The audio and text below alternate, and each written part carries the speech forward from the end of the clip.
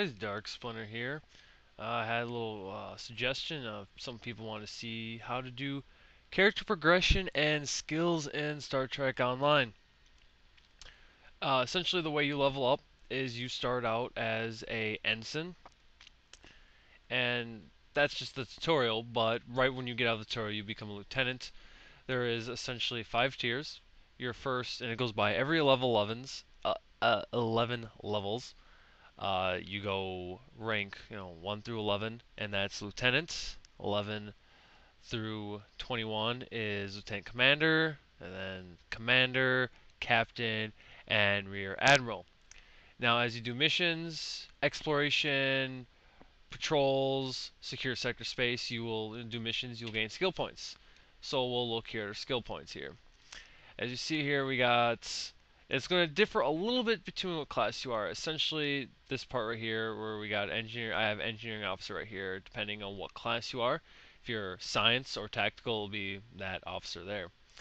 Uh, when you're lieutenant, you're only going to be allowed to do your first things here on the left, the very first things.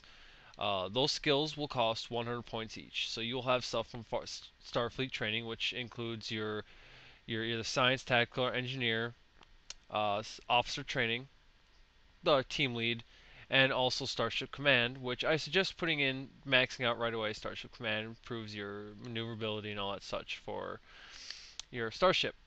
And then you go down into weapons. You have two different types of weapons. You have your energy weapons, which ends up getting split up after your second tier of your cannons and your beams. And as beams, you go disruptor, energy, and all that such. And then you also have your projectile weapons, which includes your mines and torpedoes. You scroll down, then you go more into your class. Well, now with my engineering, I have engineering uh, anywhere from ship shield maintenance to your warp core training. Or no, this is just engineering. So just kind of engineering the ship, a few little things. It depends on which kind I want to focus on. I have more of the shields engineer, so I'm going to be cruiser, so I'm going to kind of build up to make it so I don't die. It depends. Usually tactical kind of go more into engine or weapons, and science officers will be put more into auxiliary systems, all that stuff. Now, engineering officer, this is all different for each thing because I'm an engineer. I'm going to have engineering officer. I'm going more of a modification, so like phasers, phaser turrets, shield generators, and such. So you go like that. And that brings down Starship Operations. Now, Starship Operations, this part right here, you can put your points into it, which is going to more help your bridge officer. But this bottom section is going to be more based if you're a science officer. So, as you get, as you do your missions, you complete stuff, you get skill points. Your first tier, which is like your first bar on your left, each point is going to cost 100 skill points. The second row is going to cost 200 points, and you have to be Lieutenant Commander to put points to that.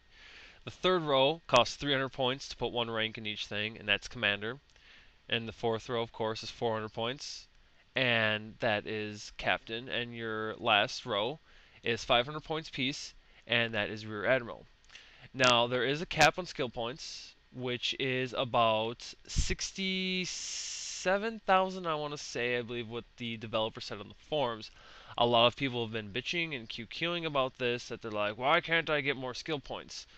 Honestly, I have no problem with this because if you could fill out everything, that'd be a little overpowered. Plus, the devs said that as content gets released, they'll be adding more skill points into it, and they don't want to have some people be like, bam, you can gain a bunch more, so certain people might be weaker or stronger when new content comes out, so that's why everyone's equal.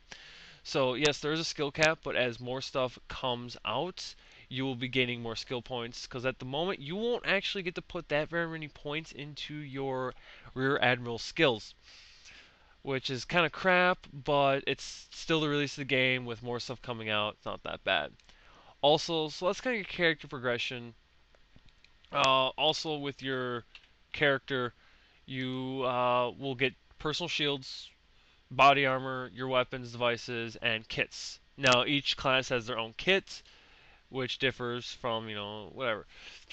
Uh, like I said, go towards kind of fabrication. So right now, essentially, I have a medical generator and a phaser turret. There's different things like I could go explosives or other things. So each class has their own kits. Weapons, weapons go for everyone. Shields are essential. They all kind of share the same shield. Same with body armor. Also, with skill points, you get bridge officers. You have 3 bridge officers, maybe 4 at a time, depending what class you are or what ship. Most likely is depending how many bridge officers of a certain type you get. I'm lieutenant commander. In a cruiser, I actually get 2 engineering bridge officers. Now, with bridge officers, you also gain skills with bridge officers. There's no cap on bridge officers points. So as you get to the level cap, you can still do stuff, replace different bridge officers, still gain bridge officer points, and they have their own skills too. And as time goes on with the ship, depending what ship you are, you get certain rank bridge officers for each ship. Like lieutenant commander, cruiser, tier 2 cruiser, you get a 1 lieutenant slot for engineer, and 1 ensign tactical, and 1 ensign science officer. So essentially, your lieutenant engineer officer will be able to use 2 of his space abilities. The rest of them will only be able to use 1. And as you gain, same thing goes. Your first row is 50 points. Second row is 100. Third row is 150. Fourth row is 200. Bridge officers actually have 2 slots. They have a ground and they have a space. So each thing, you control the space when they get used. You can kind of control them on the ground if you want to set that way. Otherwise, they just usually use it whenever. And as you go on, you get points for your bridge officers. You put points in the stuff. The space stuff usually just reduces the cooldown or improves the efficiency of it. So it's not too much of a focus on your bridge officers. It's more of a cooldown. And you can also train new abilities. Essentially, that is how character progression goes in Star Trek Online. So for skill points, you always be able to get skill points, bridge officer points to get to 45. So essentially, that's how it goes. If any of you guys have questions or concerns, a little more detailed, just post comments. I'll try to get back to you as soon as I can. And essentially, that is your character progression and bridge officer progression skills for your Star Trek Online.